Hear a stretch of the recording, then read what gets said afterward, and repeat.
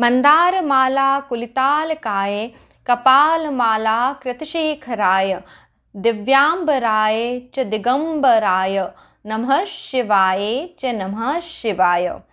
माँ पार्वती मंदार के पुष्पों की माला पहनी हुई अति रूपवती दिव्य वस्त्र धारण करने वाली हैं।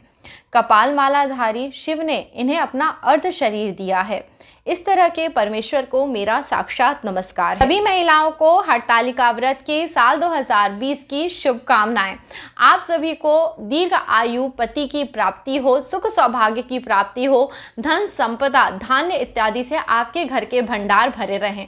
इस तरह की कामना करते हुए आप सभी हरतालिका तीज का व्रत करें। आपके जीवन में सुख सौभाग्य बढ़ेगा।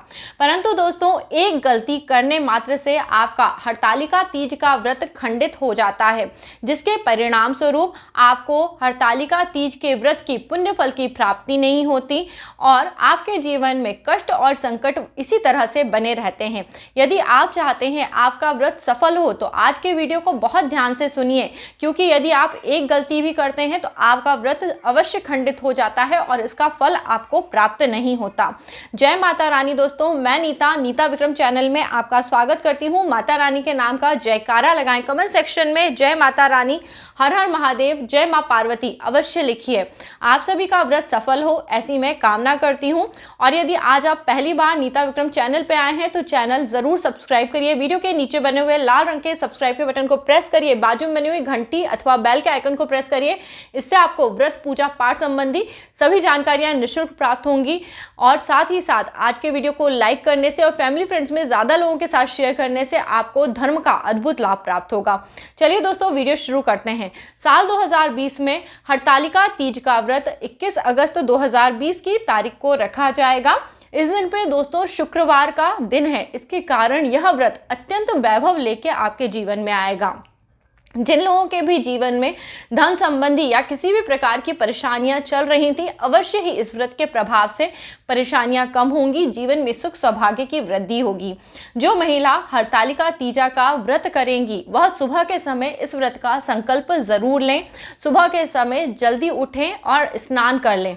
आप भारत में रहती हैं तो सुबह 5:53 से लेके 8:29 के बीच में स्नान इत्यादि से निवृत्त हो जाएं।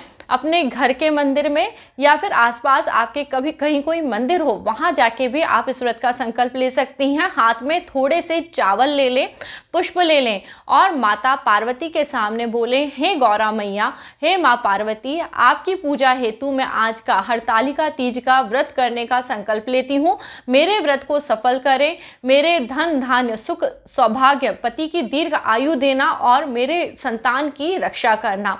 इस तरह से माता से प्रार्थना करते हुए अपने व्रत को आपको शुरू करना चाहिए और विधिवत शाम के पूजन का तैयारी करना चाहिए। शाम की पूजा की सभी विस्तार पूर्वक विधि मैंने नीता विक्रम चैनल पे आपको पहले से बताई है, वो आप जाके देख सकते हैं। शाम की यानी प्रदोष काल की पूजा का शुभ मुहूर्त शाम में 6:54 से लेके 9:06 के बीच में रहेगा। इस समय के बीच में आपको अपनी घर में पूजा पाठ अवश्य शुरू कर देनी है। इस प्रकार से आप जब पूजन करेंगे तो आपको पूजा का पूरा पुण्य फल प्राप्त होगा। अब दोस्तों, हम उन बातों के बारे में बात कर लेते हैं जिनके करने से आपका हरतालिका तीज का व्रत अवश्य ही खंडित हो जाता है या फिर आपको व्रत का पूरा फल प्राप्त नहीं होता। दोस्तों, तीजा का व्रत कई नामों से रखा जाता है। रंभा तीज, ललिता तीज और इस तरह के कई तरह के जो तीज के व्रत होते हैं, अक्षय तृतीया, कजरी तीज, हरतालिका तीज, इसके अलावा भी माता पार्वती ने स्त्रियों के कल्याण के लिए कई तीज के व्रत बताए हैं, जिन्हें वर्ष भर यदि स्त्रियां कर लेती हैं तो उन्हें अखंड सौभाग्य की, धन, पुत्र रत्न इत्यादि सभी चीज़ों की प्राप्ति हो जाती है। इसलिए दोस्तों, तीज के दिन को या हरतालिका तीज के व्रत को कोई छोटा व्रत नहीं समझना चाहिए। इसे बहुत ही भक्ति भाव के साथ नियमों के अनुसार इस व्रत को करना चाहिए, तभी आपको इस व्रत का पूरा फल प्राप्त होता है। जैसा कि आप सबको पता है, हरतालिका तीज के व्रत में स्त्रियों को निर्जला रहकर व्रत करना होता है। इसमें दोस्तों कुल मिला के 24 घंटे का समय होता है। सूर्य उदय से लेके अगले दिन जब तक सूर्य उदय नहीं हो जाता, आप भगवान भोलेनाथ माता पार्वती का विसर्जन नहीं करते थे, तब तक आप कुछ भी खाते या पीते नहीं हैं। इस तरह से पूजन करने का नियम होता है। तो सबसे पहली चीज़, जो भी स्त्रियां सशक्त हैं, यानी जिन्हें किसी भी तरह की बीमारी नहीं है, कोई तकलीफ नहीं है, उन्हें इस दिन पे बिल्कुल भी जल इत्यादि ग्रहण नहीं करना चाहिए। यदि आप सशक्त हैं और फिर भी आप व्रत का पालन नहीं करते हैं तो आपका व्रत पूर्ण नहीं माना जाता है।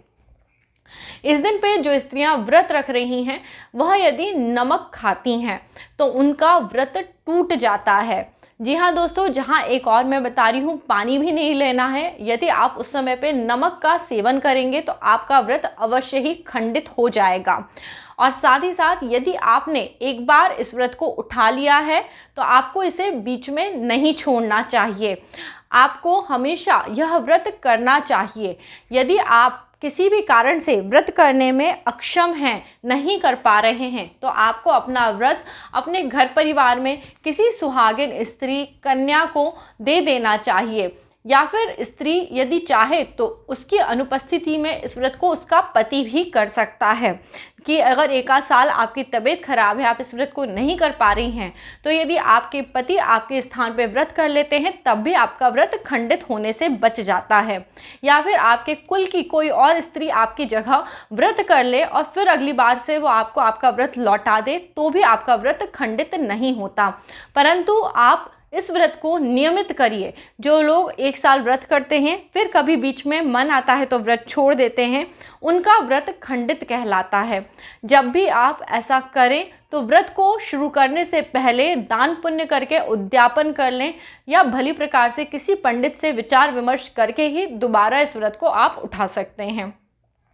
कई स्त्रियां इस दिन पे व्रत रखती हैं, पूजा पाठ सब कुछ करती हैं, परंतु बहुत ही चिड़चिड़ा स्वभाव होने के कारण अपने पति पे, बच्चों पे अनहा क्रोध करती हैं। तो इसके कारण, क्रोध के कारण भी दोस्तों आपका व्रत खंडित होता है। जिन स्त्रियों ने हरतालिका तीज का व्रत रखा हो, उन्हें किसी भी तरह की मोह माया में नहीं पड़ना चाहिए। दिन भर प्रभु का स्मरण करना चाहिए और क्रोध कदापि नहीं करना चाहिए। क्रोध करने वाली स्त्रियों का व्रत खंडित हो जाता है। इससे उनके पति को भी इसका हर्जाना भुगतना पड़ता है।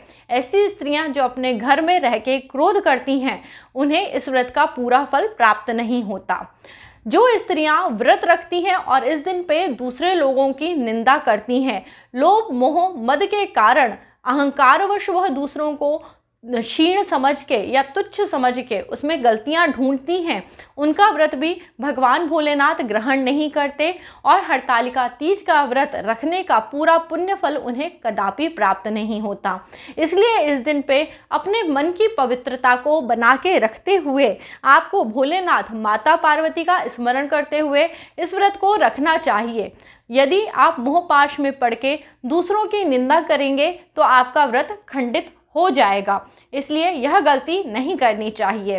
इस दिन पे कई स्त्रियां अन्न ग्रहण कर लेती हैं।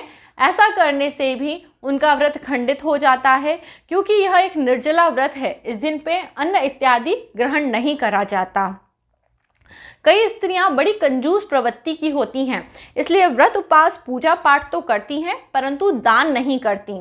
तो दान के अभाव में भी आपके व्रत का पुण्य फल आपको प्राप्त नहीं होता है। इसलिए इस व्रत के दिन पर आपको ब्राह्मण दंपत्ति के भोजन के निमित्त अन्न का दान अवश्य करना चाहिए, जिसे आप पूजा पूर्ण होने के पश्चात ब्राह्मण को दे सकती हैं। ऐसा करने से आपको आपके व्रत का पूर्ण फल प्राप्त होता है। कई स्त्रियां बहुत ही आलस करती हैं और व्रत के समय पे नींद लेती हैं या सो जाती हैं। इसके कारण उनका व्रत खंडित हो जाता है। ऐसा माना जाता है जब माँ पार्वती तपस्या में लीन थी तो बिना कुछ खाए पिए लगातार वह शिव जी का मंत्रों का स्मरण करते हुए जब तप कर रही थी। उनकी इस कठोर तपस्या के कारण ही भोलेनाथ ने उन्हें वरदान दिया और पति रूप में उन्हें भोलेनाथ की प्राप्ति हुई। परंतु आप इस दिन पे सोएंगी, भगवान का जाप नहीं करेंगी तो आपके व्रत का पुण्य फल आपको नहीं प्राप्त होगा। व्रत का अर्थ केवल भोजन न करना नहीं होता है। व्रत का अर्थ होता है जब आप निराहार रहकर भगवान की तपस्या करें, भगवान के नामों का जाप करें, इसे ही व्रत कहा जाता है। तो इस प्रकार से आपको बिल्कुल भगवान का स्मरण करना चाहिए। भगवान का जो भी सबसे आसान मंत्र आपको पता है, शिवाय नमः, यह माँ पार्वती का मंत्र है, या ओम नमः शिवाय, ये शिव जी का मंत्र है। आप इन दोनों में से किसी भी मंत्र में ध्यान लगा के भोलेनाथ माता पार्वती का स्मरण कर सकते हैं, या आप भोलेनाथ और माता पार्वती का साथ में स्मरण करना चाहते हैं तो ओम नमः शिवाय, शिवाय नमः ओम, इस मंत्र का आप जाप कर सकते हैं और भोलेनाथ माँ पार्वती का साथ में स्मरण करते हुए इस व्रत को कर सकते हैं। अब दोस्तों यहाँ पे एक और चीज़ आती है, सास के लिए बायना निकालना। आपको किसी न किसी सुहागिन स्त्री के निमित्त श्रृंगार का सामान, कपड़े इत्यादि जो भी आपकी व्यवस्था हो वह सभी सामान ज़रूर देना चाहिए। जैसा कि कई स्त्रियां करती हैं, श्रृंगार का सामान लेके आती हैं, माता पार्वती पे उसे अर्पित करती हैं, परंतु उसके बाद उन सभी चीज़ों का उपयोग वे केवल स्वयं करना चाहती हैं। ऐसा नहीं करते हैं। जब हम सुहाग के निमित्त या पति की दीर्घ आयु के निमित्त कोई व्रत उपवास करते हैं तो उसमें सुहाग संबंधी चीज़ों का दान पुण्य करने से आपको कई गुना फलों की प्राप्ति होती है। सासू माँ के लिए बायना निकालने से, दक्षिणा इत्यादि देने से बड़ों का आशीर्वाद प्राप्त होता है, जीवन में सफलता प्राप्त होती है। कई बार आपके आपसी रिश्ते अगर अच्छे भी नहीं हैं तो अपना कर्तव्य समझ के आपको व्रत को पूर्ण करने के लिए यह सभी कर्म करने चाहिए और मन में शुद्ध भावना बना के रखनी चाहिए। किसी भी तरह का घमंड नहीं आना चाहिए। जी हाँ दोस्तों, कई स्त्रियां इस दिन पे घमंड करती हैं, आपस में एक दूसरे से प्रतिस्पर्धा करती हैं कि कौन ज़्यादा सुंदर दिख रहा है, किसने महंगी साड़ी पहनी है, किसने महंगे गहने पहने हैं। इस प्रकार की प्रतिस्पर्धा भी इस दिन पे आपको कतई नहीं करनी चाहिए। एवं भगवान भोलेनाथ और माता पार्वती का रात्रि के समय पूजन अवश्य करा जाना चाहिए। जिस प्रकार दोस्तों महाशिवरात्रि का व्रत होता है जिसमें रात्रि पूजन का विशेष महत्व होता है, उसी प्रकार भाद्रपद मास के शुक्ल पक्ष की तृतीया तिथि, जिसे हम हरतालिका तीज भी कहते हैं, इसमें भी रात्रि पूजन का विशेष महत्व होता है। जो स्त्रियां रात्रि जागरण करती हैं, भगवान के भजन पूजन इत्यादि करती हैं, उन पे माँ पार्वती प्रसन्न होती हैं और अपना सुहाग सभी स्त्रियों को दे देती हैं। आप सभी को पता होगा, हरतालिका पूजा में माँ पार्वती को चीर चढ़ाया जाता है। चीर एक वस्त्र होता है, जो छोटा सा वस्त्र का एक टुकड़ा होता है, वो चढ़ाते हैं। सुबह के समय जब पूजा पूरी हो जाती है तो माँ पार्वती पे चढ़ी हुई बिंदी, चूड़ी, चीर और यह सुहाग का सिंदूर, यह चारों चीज़ें हर सुहागन स्त्री को ग्रहण करनी चाहिए। आप सभी को पता है, आपने रात में जो माता पार्वती भोलेनाथ का स्थापना करी है, उन पे आप सुबह के समय सिंदूर अर्पित करते हैं। उस सिंदूर को स्वयं लेते हैं। माँ पार्वती के पास रखी हुई बिंदी को सभी सुहागिन स्त्रियां अपने माथे पे सजा लेती हैं। माँ पार्वती पे चढ़ी हुई चूड़ियाँ भी, उनमें से एक एक चूड़ी सभी सुहागिन स्त्रियां ले लेती हैं और यह जो चीर वस्त्र होता है, इसके छोटे छोटे टुकड़े करके सभी सुहागिन स्त्रियां इसको अपने पल्लू में बांध लेती हैं। ऐसा करने से माँ पार्वती के द्वारा सुहाग का जो आशीर्वाद है वो सभी सुहागिन स्त्रियों को मिल जाता है। भोलेनाथ माता पार्वती का स्मरण करते हुए इस अति पावन व्रत को आप सभी स्त्रियों को करना चाहिए। हरतालिका तीज के व्रत में इन गलतियों को कदापि नहीं करें। ऐसा करने से आपका व्रत अवश्य खंडित हो जाता है और व्रत के पुण्य फल की जो आपको प्राप्ति होना चाहिए वह भी नहीं होती। इसलिए माता पार्वती भोलेनाथ का स्मरण करते हुए, उनका जयकारा लगाते हुए हरतालिका तीज के इस व्रत को आप सभी करिए। आपके जीवन में आपको सुख सौभाग्य की प्राप्ति हो, भगवान आप पे सदैव प्रसन्न रहे, ऐसी मैं कामना करती हूँ। आज का वीडियो पसंद आने पे इसे लाइक करना और फैमिली फ्रेंड्स में सबके साथ शेयर करना बिल्कुल मत भूलिए।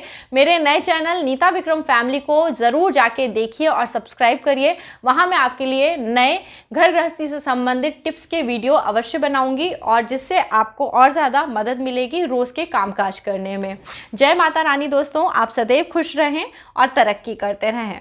ऐसी मैं प्रार्थना करती हूँ।